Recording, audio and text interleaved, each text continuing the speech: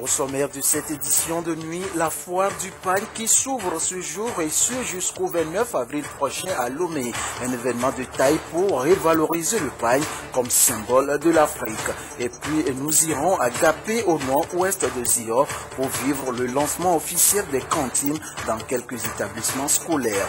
Et enfin, vous allez vivre en mode ambiance les images de la nouvelle aérogare en construction à Lomé.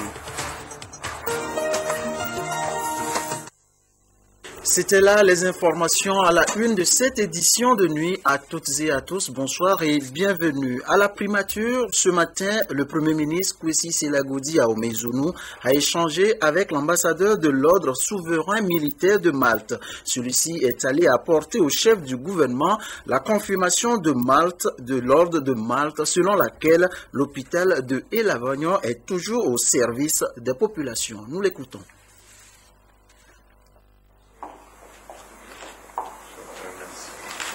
Apporter ma confirmation que l'ordre de Malte, avec son hôpital à Elavagnon, était toujours et sera toujours au service de l'ensemble de la population malade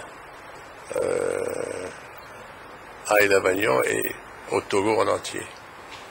L'hôpital d'Elavagnon existe depuis, en tout état de cause, 30 ans, sinon plus. Moi, je m'en occupe depuis 30 ans, ce qui est quand même pas mal déjà. Il y a une coopération avec l'école, il y a une coopération avec l'église, bien sûr. Enfin voilà, donc là, il y a un ensemble de coopération de l'ordre de Malte c'est son métier. Enfin voilà. Nous nous rendons maintenant sur l'esplanade du Palais des Congrès de Lomé pour vivre le lancement de la toute première édition du pagne en fête au Togo. Un événement pour mettre en valeur le pagne avec pour thème développement du commerce international du pagne et du textile en jeu et perspective. Edem Sousoupo. Le Togo célèbre le pagne et c'est pour 8 jours durant. Sur l'esplanade du Palais des Congrès de Lomé, c'est un événement aux 1000 couleurs qui se tient et qui met en valeur différents motifs de pagne imprimés. Le pagne en fête est donc une opportunité d'affaires, un espace culturel et de rencontre.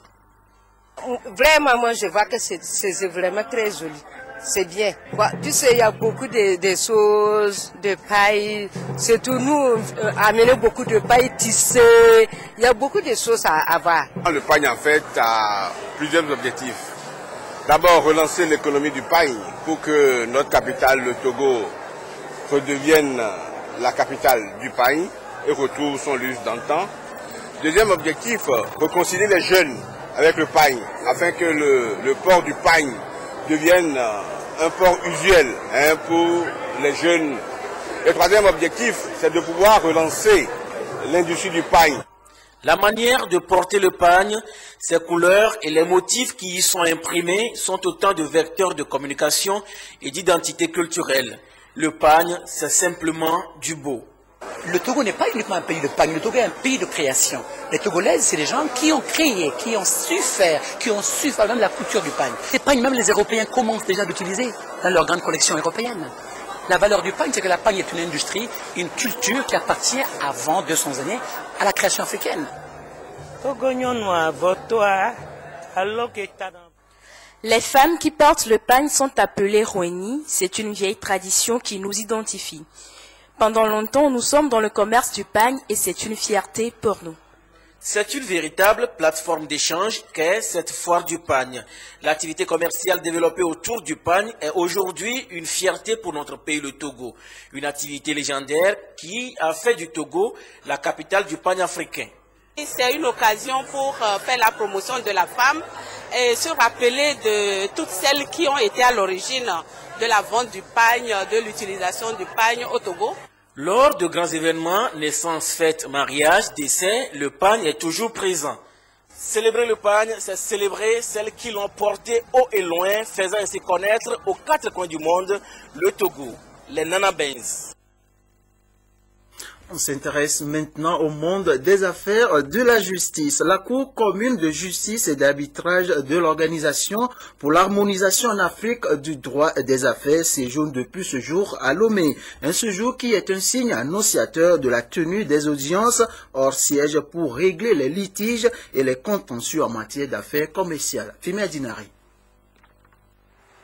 Le droit des affaires économiques institué en Afrique demeure un instrument efficace dans le règlement des litiges et des contentieux en matière d'affaires commerciales. La Cour commune de justice et d'arbitrage de l'Organisation pour l'harmonisation en Afrique du droit des affaires, OHADA, est à la phase de sensibilisation et de vulgarisation sur les règles d'organisation et de fonctionnement de cette Cour. L'OHADA compte 17 États membres dans la République togolaise. La Cour siège à Abidjan, mais ce texte organique autorise la Cour à se déplacer dans n'importe lequel des 17 États partis pour y tenir des audiences, pour faire connaître ses activités, pour faire connaître son fonctionnement. Nous avons deux types d'activités. La première série d'activités que nous menons aujourd'hui avec vous, c'est de faire connaître oralement, verbalement la Cour, donner l'occasion à tous les justiciables, à vous tous ces participants, de poser des questions pour mieux connaître la Cour. Demain, nous allons tenir une audience. Les acteurs de justice, les commissaires-priseurs, les opérateurs économiques et les justiciables vont donc s'enquérir des démarches judiciaires à suivre en vue de favoriser au plan économique la sécurité judiciaire et juridique. Le gouvernement togolais note avec satisfaction la détermination de votre équipe à faire de notre Cour commune un véritable instrument d'essor économique de nos États et vous y encourage. Je voudrais vous assurer de la volonté et de la disponibilité du chef de l'État, son Excellence M. Faure, de renforcer la sécurité juridique et judiciaire par la mise en œuvre de l'OHADA. Son accord pour la tenue des présences assises est du reste la parfaite illustration de cette volonté. À ce sujet, je suis heureux de signaler qu'avec le précieux concours des partenaires, dont je salue ici le très précieux accompagnement, le Togo est dans une dynamique de renforcement des capacités des juridictions commerciales du pays. La Cour commune de justice et d'arbitrage vient donc remédier à une des inquiétudes des justiciables, notamment les frais à débourser en raison de l'éloignement du siège de la juridiction basée à Abidjan, en Côte d'Ivoire. On passe maintenant à cette information qui est à la une de cette édition. Les cantines dans les établissements scolaires sont devenues réalité. Et ce matin même, à Gapé, une équipe gouvernementale est allée lancer officiellement ce programme avec au total 315 établissements bénéficiaires. Adolphe Paka. Un repas chaud par jour pour environ 107 000 enfants. Eh bien, c'est le programme de cantine scolaire lancé officiellement ce jour par le gouvernement togolais et qui prend en compte à son début plus de 315 écoles du primaire et du secondaire. Pour le gouvernement, il est question de soutenir les populations en situation de précarité pour améliorer le taux de fréquentation scolaire. Ce qui est important aujourd'hui, c'est de bien noter tous les effets qui sont attendus. Il y a l'effet sur la santé, il y a l'effet sur le taux de scolarisation, parce qu'on a vu qu'à travers ce genre de projet, il y a une plus grande fréquentation de l'école, plus d'enfants s'inscrivent à l'école, mais ne s'inscrivent pas seulement, réussissent. La politique des cantines scolaires adoptée par le gouvernement a connu une phase expérimentale entre 2008 et 2013, contenue dans le programme de développement communautaire PDC, entièrement financé par la Banque mondiale pour 101 000 enfants dans 256 écoles. Vu l'importance sociale du projet et les résultats obtenus, cette institution financière s'engage à accompagner le Togo sur 2 ans. Le besoin a été ressenti après le succès de cette initiative de l'étendre à l'ensemble du territoire. Aucun développement n'est possible si les enfants ne sont pas à même de recevoir une éducation correcte. La priorité est accordée aux écoles des cantons vulnérables selon la carte de pauvreté élaborée par l'enquête Cuivre, à l'éloignement de l'école, des habitations et au taux de fréquentation scolaire. Le Togo choisit ainsi d'investir dans le futur pour un développement durable à la base. Preuve aussi que le gouvernement est à l'écoute des populations vulnérables dans leurs préoccupations quotidiennes. Cette décision fait partie des mesures sociales que le gouvernement entend mettre en place suite à la hausse des prix des produits pétroliers en vue de protéger les couches les plus vulnérables. Je me dois de souligner l'implication toute particulière du chef de l'État, son Excellence Faure Eswazimana Gnassingbé, dans toutes ces initiatives qui visent l'amélioration des conditions de vie des communautés vulnérables. Mais nous avons tous, chacun à son niveau, le devoir de soutenir ces actions du gouvernement, car il est désormais évident que la mise en œuvre de toute action nécessite la création des synergies à travers la conjugaison des efforts entre les différents acteurs. Cette politique est prévue pour durer dans le temps. Pour cette année 2014, le gouvernement alloue sur ses ressources internes 1 milliard de francs CFA pour 149 écoles et la Banque mondiale, elle, apporte 2,5 milliards pour 106 écoles. Progressivement, ce programme, conformément au but visé par le gouvernement, va s'étendre à toutes les écoles du pays. Autre sujet à développer dans cette édition, l'éducation non formelle et l'alphabétisation au Togo. Ici, c'est les curricula dans les enseignements qui sont visés. Les inspecteurs et les directeurs régionaux s'attellent donc depuis ce matin à l'INFA de Tove pour mettre en place des programmes novateurs adaptés à l'enseignement au Togo. Apollinaire Katanga, Charlotte Moussime. Obtenir plus de résultats avec l'alphabétisation et l'éducation non formelle, entreprise depuis quelque temps, il fallait de nouvelles stratégies d'approche allant de la révision du plan sectoriel de l'éducation à l'élaboration des curricula d'alphabétisation, programmes qui doivent être validés au cours de cet atelier de Palimé. Nous aurons à examiner la proposition de curricula provisoire. Nous allons apporter nos contributions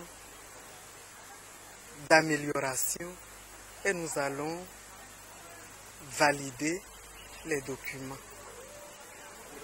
43% des jeunes et des adultes togolais de la tranche d'âge 15-45 ans sont analphabètes. Et sur ces 43%, c'est les 2/3 quasiment qui sont des femmes. Donc de toutes les actions que nous menons, nous avons l'intention de réduire ce taux de 43% là à 16% en 2025, qui est la date d'échéance du plan sectoriel de l'éducation. Cette nouvelle approche met beaucoup plus d'accent sur les enfants âgés de 9 à 14 ans, exclus du système éducatif, et des personnes adultes non instruites. Ces curricula, une fois validés, serviront de référence pour tout programme de formation en matière d'alphabétisation et d'éducation non formelle au Togo. Le dossier de cette édition, il est signé Nadège Gnagnan. Et dans le sujet qui va suivre, Nadège se permet de faire un zoom sur les responsabilités civiles et pénales en cas d'infraction routière. Suivez.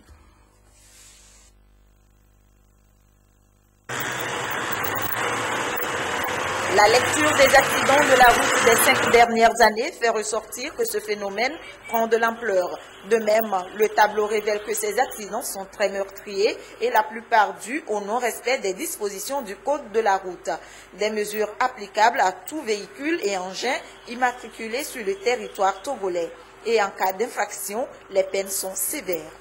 S'agissant du défaut de permis ou bien de l'utilisation d'un permis non valable, la loi est très dure à ce niveau.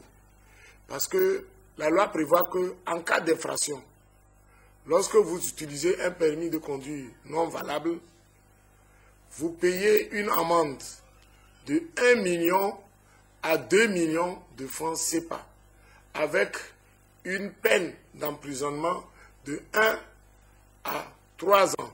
Pour l'usage des téléphones au volant, c'est 10 000 francs. Mais en cas de défaut de port de casque et de ceinture, la peine est de 5 000 francs. Mais précisons que pour les motos, si les deux personnes qui se trouvent sur la moto n'ont pas de casque, elles payent chacune 10 000 francs. En cas de surcharge, le chauffeur ou le propriétaire paye 5 000 francs par personne surchargée.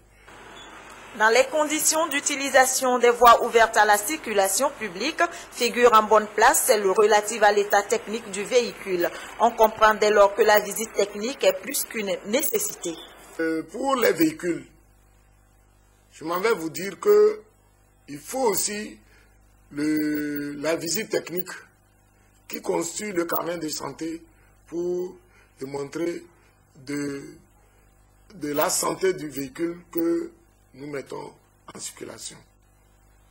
Donc, lorsque votre visite technique n'est pas à jour et que vous tombez sous le coup de l'infraction, vous payez 5 000. Mais en cas d'accident, lorsque votre visite technique n'est pas à jour et vous occasionnez un accident, l'assurance ne vous couvre pas. Elle ne vous prend pas en charge. De même, lorsque vous vous présentez au service routier pour renouveler votre carnet de visite technique, vous payez non seulement les 5 000 francs d'amende, mais vous payez également une pénalité de 10 000, ce qui vous revient à 15 000 francs. Il est normal, obligatoire même, que chacun s'assure qu'il s'agisse des véhicules à 2 roues, à 3 roues ou des véhicules à 4 roues. La pénalité, quand vous n'avez pas d'assurance, lorsque les services de contrôle vous surprennent, vous payez 5 000 de pénalité. La responsabilité du conducteur est également engagée dans un certain nombre de comportements, notamment en tentant d'échapper à la responsabilité pénale et civile après un accident, le comportement en cas de contrôle routier et de conduite en état d'ivresse ou sous l'effet de stupéfiants. Santé à présent, les membres du corps de la paix du Togo partent en guerre contre le paludisme, une maladie qui constitue aujourd'hui une réelle menace de santé des populations. Et donc ce matin, ils ont lancé une campagne de sensibilisation pour apprendre aux jeunes les conduites à tenir pour éviter cette maladie. Comme Boyade.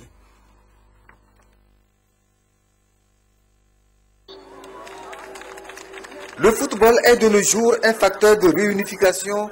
Et c'est la voie choisie par les membres du corps de la paix au Togo pour sensibiliser notamment les jeunes du canton d'Abelouvé sur les conduites à tenir pour se prémunir de cette maladie qu'est le paludisme, un problème de santé publique. Le projet dénommé « Plus qu'un simple jeu » est appelé à sensibiliser et à s'engager pour combattre le paludisme. Illustration faite ici sur le terrain du lycée d'Abelouvé avec la rencontre entre l'équipe des jeunes en bleu et celle des Gaillard Club en rouge. Nos volontaires ont reçu un lot de ballons et avec ces ballons, ils sont en train de faire un projet dans toutes les 5 régions du pays.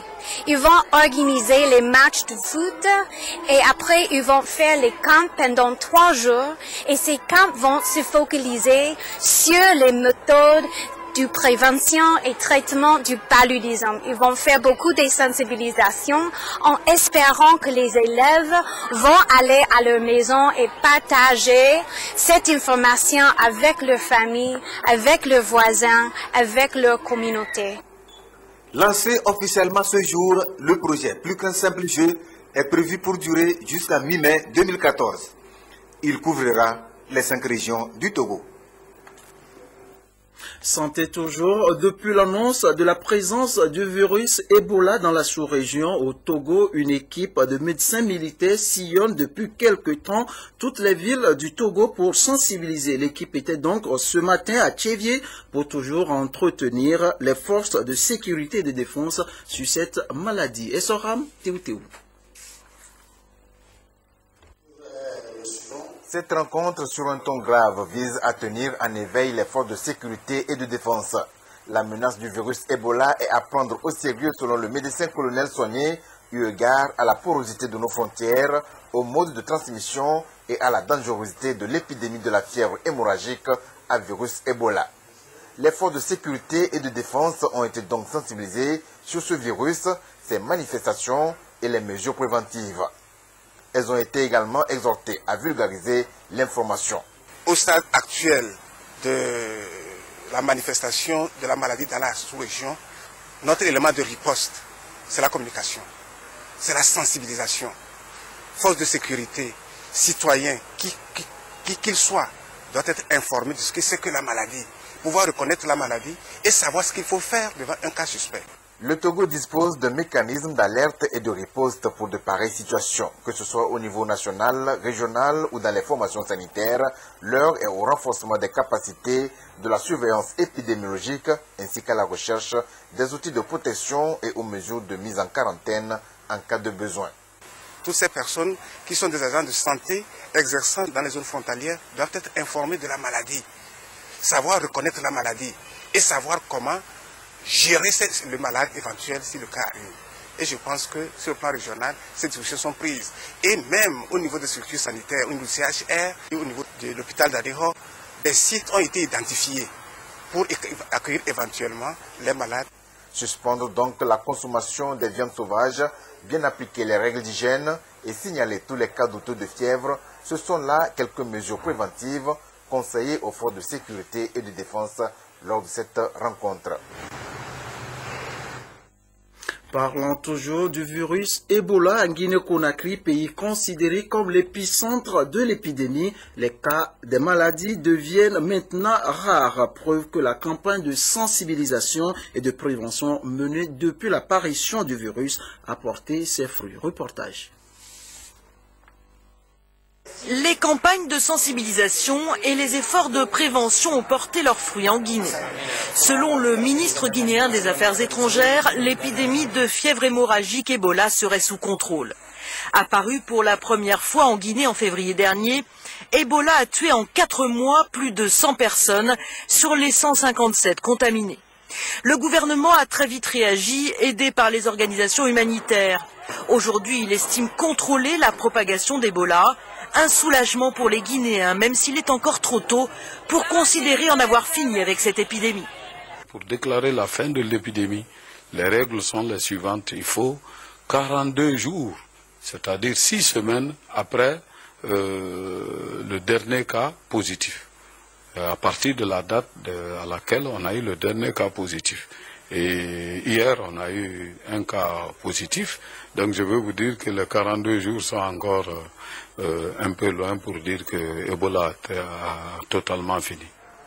Les mesures strictes prises en Guinée pour empêcher l'expansion de la maladie ont été efficaces. Aucun vaccin ou traitement scientifique n'existant à ce jour, le seul moyen efficace de prévenir l'infection est de respecter des mesures de protection. Après les dernières déclarations rassurantes du gouvernement guinéen, la vie reprendrait presque son cours normal. Dans les rues, on n'hésite plus à se toucher. On revient au Togo pour parler du geste de l'Union pour la République unir à l'endroit des malades et des nécessiteux de l'Ougou. Yves Bevivi.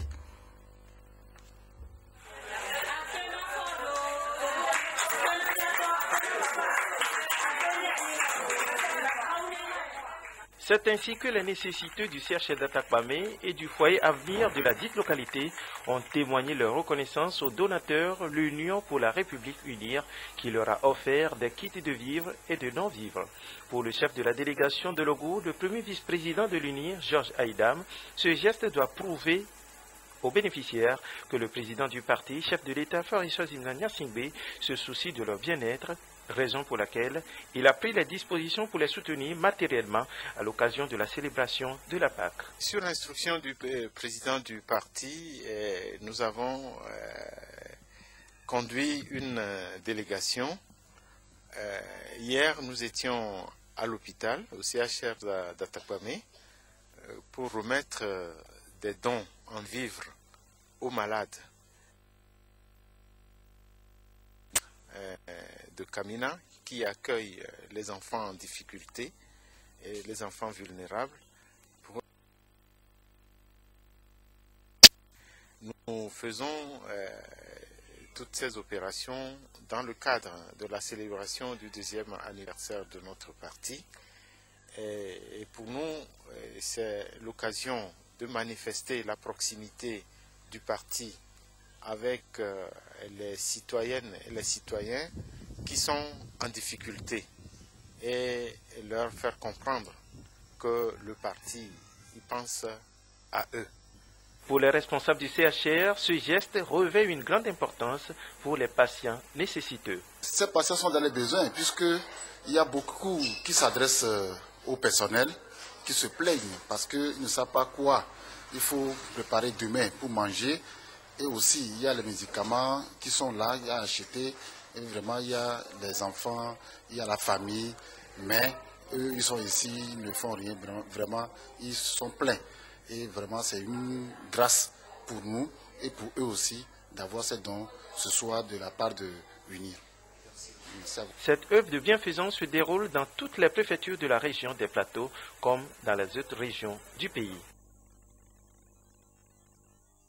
Cette image pour finir, celle inédite de la capitale Lomé en pleine métamorphose. Ici, je vous propose de découvrir la nouvelle aérogare en pleine finition. Un véritable coup de maître avec une architecture futuriste voulue par le président de la République, Faure Essozi-Mlanya Singbe. Découvrez maintenant les images de l'aérogare captées par les drones.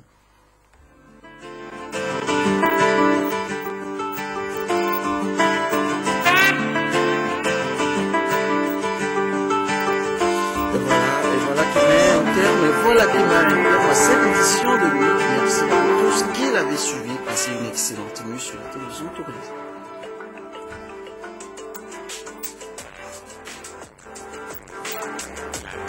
Et voilà qui met un terme à cette édition de nuit. Merci à vous tous qui l'avaient suivi.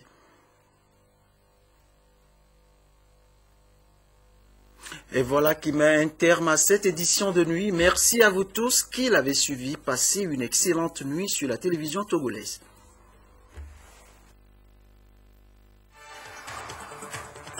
Au sommaire de cette édition de nuit, la foire du pagne qui s'ouvre ce jour et ce jusqu'au 29 avril prochain à Lomé. Un événement de taille pour revaloriser le pagne comme symbole de l'Afrique. Et puis nous irons à Gapé au nord-ouest de Zio pour vivre le lancement officiel des cantines dans quelques établissements scolaires.